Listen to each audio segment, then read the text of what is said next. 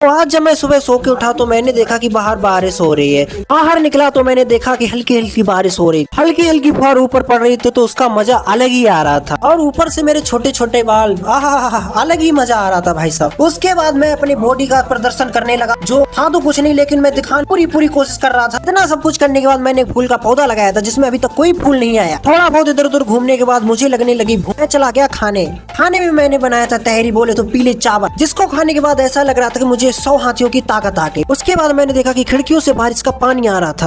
फिर मैंने जल्दी खिड़की बंद की। इतना सब कुछ करने के बाद मैं सो गया। ज्यादा सोने की वजह से मैं लेट उठा। फिर मैं जल्दी रेडी होकर निकल लिया नाइट की ड्यूटी के लिए। बस स्टैंड पर खड़े होकर मैंने देखा रंग बिरंगा फव्वारा, जो कि बिल्कुल रंग बिरंगा ही लग रहा था। फिर मुझे लेने मेरा बाहक आ जाता है, जिसको इंग्लिश में बस कहते हैं, जो सिर्फ ड्राइवर की ही बस में रहती है। सब बारी से चढ़ रहे थे। अंततः मेरी भी बारी आ गई और मैं भी चढ़ गया। रास्ते में मुझे वाइन शॉप, एलन जैसी बड़ी चीजें दिखती रही और मैं उन्हें बड़े ध्यान से देख रहा। इतना सब कुछ देखने के बाद मैं गहरे सपनों में खो गया और पता नहीं क्या क्या देख रहा था। एकदम से मेरा सपना टूटा और अचानक से आंख खुली तो देखा कि बस कंपनी में पहुंच चुके थे। सब लोग उतरने लगे तो मैं भी उनके पीछे लग गया। कंपनी के दूसरे गेट पे पहुंचने के बाद मैंने ये कार्ड जैसा यंत्र जैसे उसमें छुआया, ये जादुई दरवाजा अपने आप खुलने लगा और कहने लगा, आइए सर आइए। अंदर जाके मैंने अपनी पोशाक चेंज की और आईने में खुद को देखने लगा। मुझे देख के आईना भी शर्मा गया। उसके बाद मैं चला जाता हूँ मजदूरी करने, बोले तो अपनी दिहाड़ी कमाने। 2 घंटा मजदूरी करने के बाद मुझे लगने लगी थी जोरों से भूख, तो मैं चल दिया खाना खाने से पहले मैंने हाथ धोए। हाथ धोने के बाद मैंने इस यंत्र में सुखाए, जो कि बहुत ज्यादा आवाज कर रहा था, पता नहीं क्या ही कह रहा था। कैंटीन में लेट पहुंचने के कारण मुझे मिला ये चावल, खीर, सब्जी और रोटी, जिसे खाकर मैंने अपनी भूख मिटाई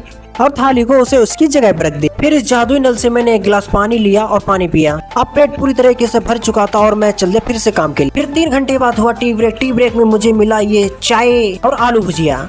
फिर मैं मिला मेरे एक पागल दोस्त थे, जो कि वो भी पागल था, मैं भी पागल था। पागल मिलके पागलपंती कर थोड़ी बहुत मस्ती करने के बाद हम दोनों फिर से चल दिए काम पे। और अब हो चुकी थी छुट्टी और मैं चल दिया अपनी बाहक की तरफ। बाहक में बैठने के बाद तो थोड़ी देर में हमारा बाहक मंजिल की तरफ प्रस्थान हो गया। मंजिल को प्रस्थान हो ही रहा था कि हमें खाली मैदान, बड़े रथ के पहिए पड़े मिले थे। ऐसा लग रहा था कि रावण के रथ के पहिए हों, जो उनसे कोई लेना देना नहीं था, क्योंकि मुझे अपनी मंजिल पे पहुंचना था। जैसे जैसे मैं आगे बढ़ रहा था वैसे मौसम धुआं हो रहा था। ऐसा लग रहा था कि सर्दियों के दिन आ गए हों, पर यह सिर्फ मेरा वहम था और कुछ नहीं।